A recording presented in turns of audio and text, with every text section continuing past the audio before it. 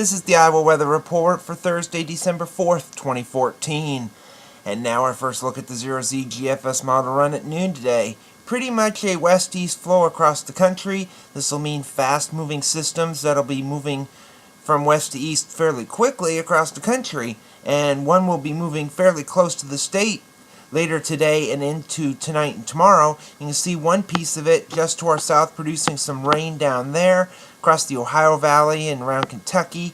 Another piece is off to the south and west, and this will come up late tonight and into the day on Friday. And you can see here the GFS has some showers possible, mainly from Interstate 80 south. The best chance would probably be in our far southern tier of counties where they could see a little bit of rain. Better chances would be across Missouri. Highs today and tomorrow will be in the 30s and 40s, but it will cool slightly, although not by a whole lot. Still seeing maybe 30s and lower 40s across the state for both Saturday and on Sunday. Saturday being the best of the 2 days this weekend, because Sunday another disturbance will be coming in.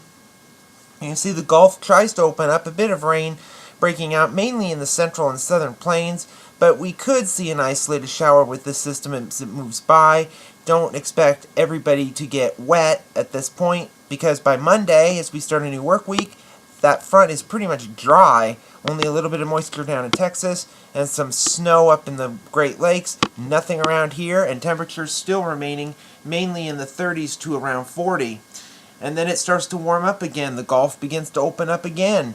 See some rain showers breaking out in the plains once again, but nothing around here. A few increasing clouds possible, with highs still remaining in the 30s to lower 40s across the state. And even as we go into Wednesday, the next system moves through, and that could create an isolated shower.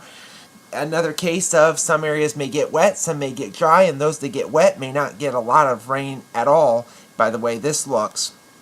And even by next Thursday, you can pretty much see ridge over the center part of the country, trough digging into the west. That could be another storm for California, another trough over the New England states as well. With this system coming into the west, that could produce quite a bit of heavy rainfall, and that could produce some good mountain snows in the Sierras. They've been desperately needing that over the last couple of winters. Around here, a disturbance could create a shower, but it's very disorganized, and this may not occur. We'll have to wait and see. Going further into the month, you can see a big trough over the center part of the country. Big cutoff low over Texas. But you see the pattern, the flow is not coming straight out of the north. It's still pretty much west to east.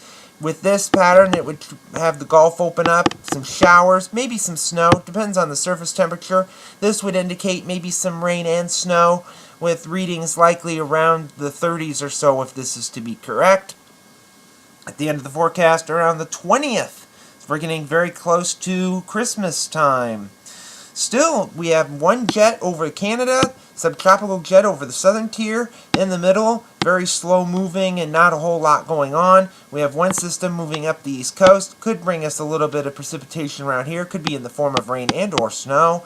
And a big system over the Gulf of Alaska that's going to smash into the Pacific Northwest at that time.